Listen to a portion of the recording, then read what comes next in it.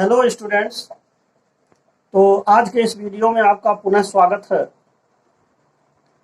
आज हम चर्चा करेंगे यूपी बोर्ड क्लास 12th के लिए पोएट्री से लेसन 8 माई हेवन, इसकी हिंदी व्याख्या आज मैं करूंगा। और इस कविता को, इसका हिंदी में अर्थ होगा मेरा स्वर्ग। माई हेवन का मतलब है मेरा स्वर्ग। और इस कविता को, इस पोयम को लिखने वाले जो कवि हैं, पोएट हैं, इनका नाम है रविंद्रनाथ टैगोर, जिनको आप शार्ट में आर्यन टैगोर भी कह सकते हैं, और जिनका जन्म 1861 ईस्वी में हुआ था, और जबकि इनकी मृत्यु 1941 ईस्वी में हो गया था।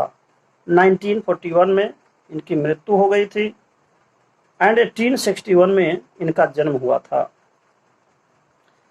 तो बेसिकली आर्यन टैगोर की बात अगर की जाए तो सचमुच में यह एक बहुत ही महान कवि थे।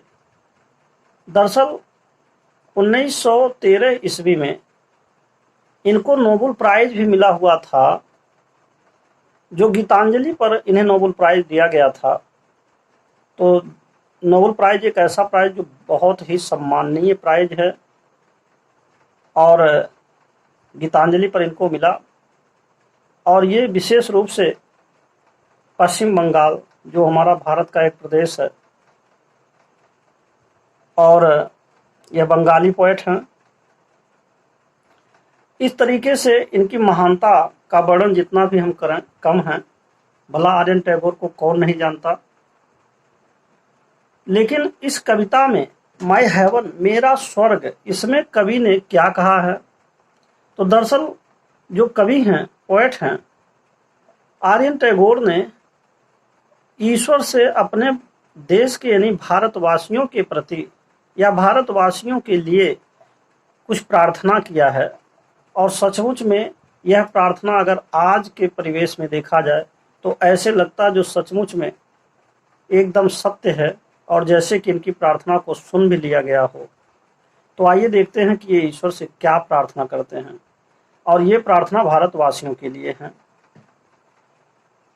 तो बहुत ही अच्छी बात है, जैसा कि इससे पिछले पोएम में आपने देखा होगा कि जहाँ पर अल्फ्रेड लॉर्ड टेनिसन ने प्रार्थना पर जोर दिया, और इस पोएम में आप देख रहे हैं कि आर्यन टैगोर ईश्वर से खुद ही प्रार्थना करते हैं, और किसके लिए?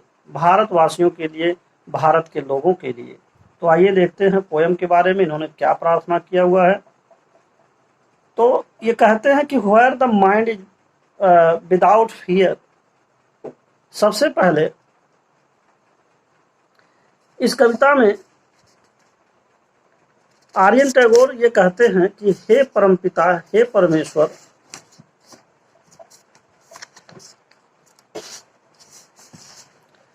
आप हमारे देशवासियों को ऐसा बना दो। कैसा बना दो? Where the mind is without fear. हमारे देशवासियों को ऐसा बना दो जो कि इनका जो मस्तिष्क है वो निर्भीक हो, बिना भय का हो। And the head is held high. और हमारे भारतवासियों का जो मस्तिष्क है, सिर है, वह गर्व से ऊंचा उठा रहे। Where knowledge is free. और हमारे देश को कुछ ऐसा बना दो जहां पर ज्ञान मुक्त दिया जाता हो।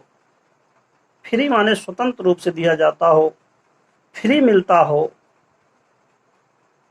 Where the world has not been broken up into fragments. और हमारे देश को ऐसा बना दो जो कि वह तमाम तरह के टुकड़ियों में ना बटा हो।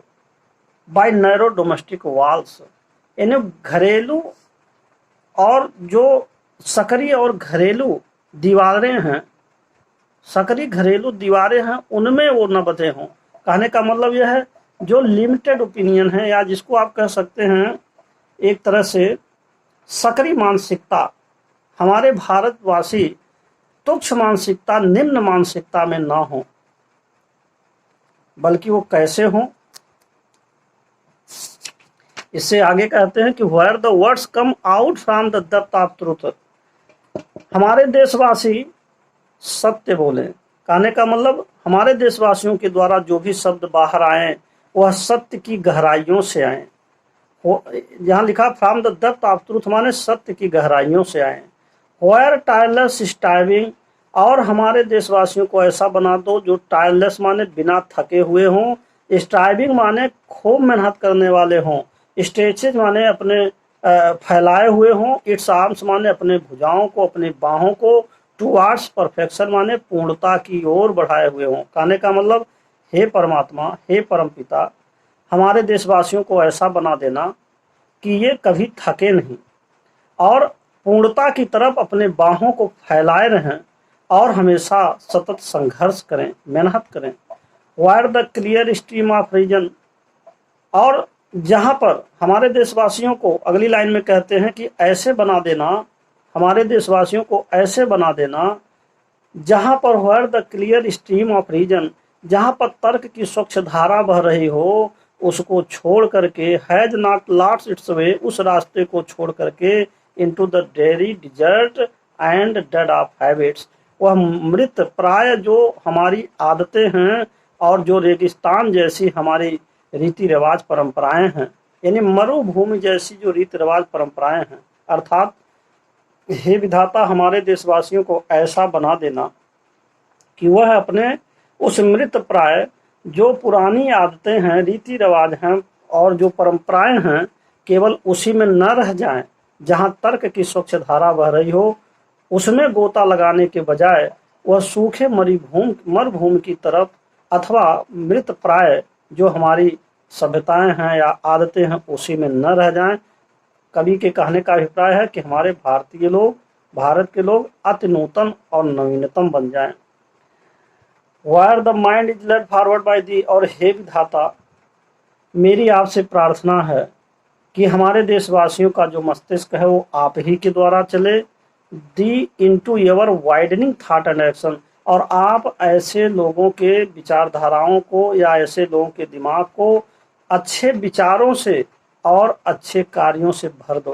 कहने का मतलब यह है वह ईश्वर से प्रार्थना करते हैं कि हमारे भारतवासियों को विचारवान बना देना और क्रियाशील बना देना, यानी कि कर्तव्य पूर्ण हों और हमेशा सतत कार्य कर सके, हमेशा कर्तव्य में भरोसा रखें, अपने कार्यों में भरोसा रखें, यानी निष्क्रिय ना हो बल्कि सक्रिय हों, एक्टिव हों। Into the haven of freedom, और अंतिम लाइन में इन्होंने तो कमाल कर दिया, इन्होंने तो ये कह दिया कि हे विधाता, क्योंकि कोई चीज़ छोड़ा नहीं, हमारे देशवासियों को या हमारे देश को या देशवासियों को ऐसी आज़ादी देना जैसे स्वर्ग में होती है, स्वर्ग जैसी आज़ादी दे देना। माय फादर, हे परमपिता, हे मेरे पिता, लेट माय कंट्री वेक, मेरे देशवासियों को जागृति प्रदान करो, उन्हें जगा दो, मेरे देशवासियों को जगा दो और वो सोए नहीं बल्कि वो जग जाएं। तो यहाँ पर कितना सुंदर लिखा है कि where the mind is led forward by thee, ऐसे भारतवासियों को उनके मस्तिष्क को आप ही के द्वारा बढ़ाया जाए और आप हमारे भारतीय लोगों को विचारों और कार्यों से भर दो और ऐसी आज़ादी दे दो जैसे स्वर्ग में आज़ादी होती है। और हे परमपिता परमेश्वर, आप हमारे देशवासियों को जगा दो।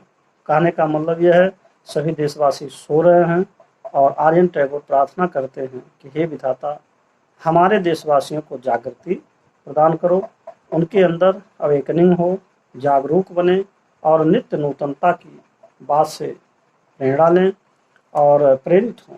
तो इस प्रकार से आर्यन टैगोर ने सचमुच में हम सभी भारतीयों के लिए बहुत ही शानदार प्रार्थना ईश्वर से किया है। तो इस प्रकार से अब यह पोयम यहीं पर समाप्त होता है और अंत में मैं आपसे यही कहूँगा कि यदि आप मेरे चैनल पर पहली बार हैं तो कृपया मेरे चैनल को सब्सक्राइब करना ना भूलें। इसके साथ साथ बेल आइकन भी अवश्य प्रेस कर दें जिससे कि नए नए वीडियोज़ आप तक पहुंच सके। And finally thanks for watching this video.